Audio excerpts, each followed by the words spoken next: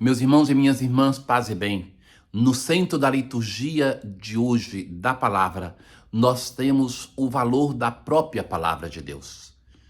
Na primeira leitura, o discurso de Moisés, ele é aquilo que ele vai dizer depois de falar da grandiosidade de Israel, que foi eleito por Deus como seu povo, que Deus deu uma lei para esse povo, a sua palavra, e que essa lei dada ao povo de Israel tinha as suas exigências.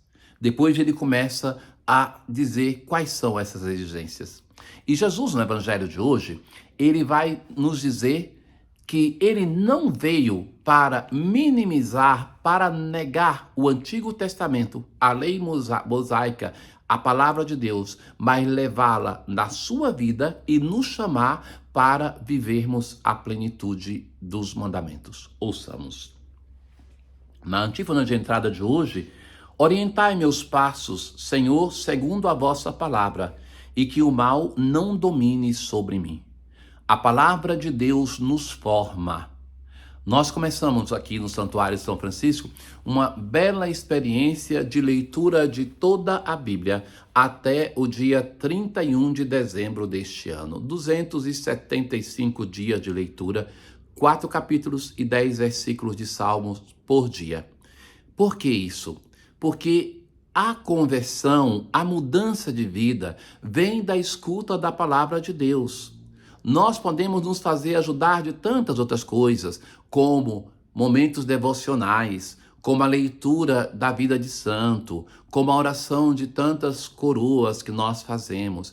Mas aquilo que tem a força de transformar a nossa vida e é a fonte principal da revelação é a palavra de Deus. Então, nós não podemos atravessar esses anos aqui na Terra sem nos apropriar, sem fazer com que seja para mim, para ti, essa palavra que Deus dirige à humanidade. Assim vai dizer Moisés ao povo de Israel: agora, Israel, ouve as leis e os decretos que eu vos ensino a cumprir. A fé vem da escuta, mas ouve as leis. Se ouve, é porque alguém falou, e quem fala é Deus. É Deus mesmo que dirige ao povo de Israel, a nós, a sua palavra. Para que vivais e entreis na posse da terra. É um discurso, portanto, antes da entrada na terra, porque o próprio Moisés nela não vai entrar. Então Moisés chama o povo para se preparar para essa entrada. Eis que vos ensineis leis e decretos conforme o Senhor, meu Deus, me ordenou, para que os pratiqueis. Deus ordena, Deus confia a Moisés uma palavra que ele deve transmitir ao povo de Israel e que deve praticar. Vós os guardareis, e os poreis em prática. Dá atenção e praticar. Não é somente para ser escutada, mas a palavra de Deus deve transformar a nossa vida, deve ser colocada em prática. É através da nossa prática, que é baseada em um coração transformado, que nós mostramos se cremos ou não em Deus. Na verdade, é sábia e inteligente esta grande nação. A grandeza de Israel reside em qual fato? No fato de ter recebido do Senhor a sua palavra. E essa palavra torna todo o povo sábio e grande. Assim já dizia o salmista em relação a si mesmo, que a palavra de Deus o fez mais sábio do que todos os seus colegas. E a palavra de Deus fez com que o povo de Israel inteiro fosse um povo sábio e grande. Pois, qual é a grande nação cujos deuses lhe são tão próximos como o Senhor nosso Deus sempre que o invocamos? A palavra de Deus denota essa proximidade, porque é Deus mesmo que fala para com o seu povo. É Deus mesmo que diz o que ele quer. É um Deus próximo, um Deus que se faz escutar. Mas toma cuidado, uma advertência faz Moisés ao povo de Israel, a nós. Procura com grande zelo não te esqueceres de tudo o que viste, com os próprios olhos, e nada deixes escapar do teu coração por todos os dias de tua vida. Antes, ensina-o a teus filhos e netos. Aqui está o nosso dever, caros irmãos. Nós Devemos escutar essa palavra, colocar em prática, mas ter o cuidado de transmitir para as futuras gerações. Nós teremos pessoas de fé, uma geração nova de fé, se nós formos capazes de transmitir para eles valores da fé. Ninguém aprende a crer se ninguém o ensina. Então, nós que temos esse dever com as futuras gerações.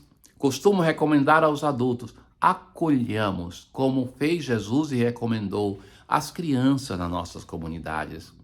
Às vezes, em uma sociedade que cada vez tem menos crianças, as crianças se tornam um incômodo, alguém que perturba. Mas não são elas que perturbam, são os adultos que muitas vezes já não têm mais lugar para as crianças na própria família e na sociedade e também querem excluí-las da vida da igreja. Têm que ser acolhidas, porque não se pode esperar que alguém se torne adolescente, jovem e adulto para começar um caminho de fé. É desde pequeno que nós vamos formando as nossas crianças para serem discípulas do Senhor. O salmo de hoje é o Salmo 147. Glorifica o Senhor, Jerusalém. Ó Sião, canta louvores ao teu Deus. Ele envia suas ordens para a terra, e as palavras que ele diz correm veloz. Anuncia a Jacó sua palavra, seus preceitos, suas leis a Israel. Nem o povo recebeu tanto carinho, a nenhum outro revelou os seus preceitos. Veja que todas essas palavras que vão dizer da grandeza daquilo que Deus fez para com o seu povo Israel, dando-lhe a palavra. Mas tem uma expressão muito interessante, porque nós muitas vezes chamamos essa palavra de Deus de mandamentos.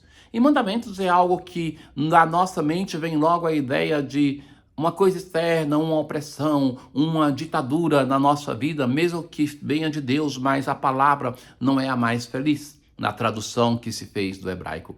Na verdade, a Torá é a palavra em hebraico para dizer uma flecha que é lançada, que nos indica o caminho a seguir. Contudo, veja a relação que o povo de Israel, o salmista, tem com a palavra de Deus. Fala que nenhum povo recebeu tanto carinho como o povo de Israel quando recebeu de Deus a sua palavra. A nenhum outro Deus revelou seus preceitos. Na aclamação ao evangelho de hoje, Senhor, tuas palavras são espírito, são vida. Só tu tens palavras de vida eterna. Nós temos no evangelho de hoje um texto que nós ouvimos já nos domingos do tempo comum, dentro do Sermão da Montanha.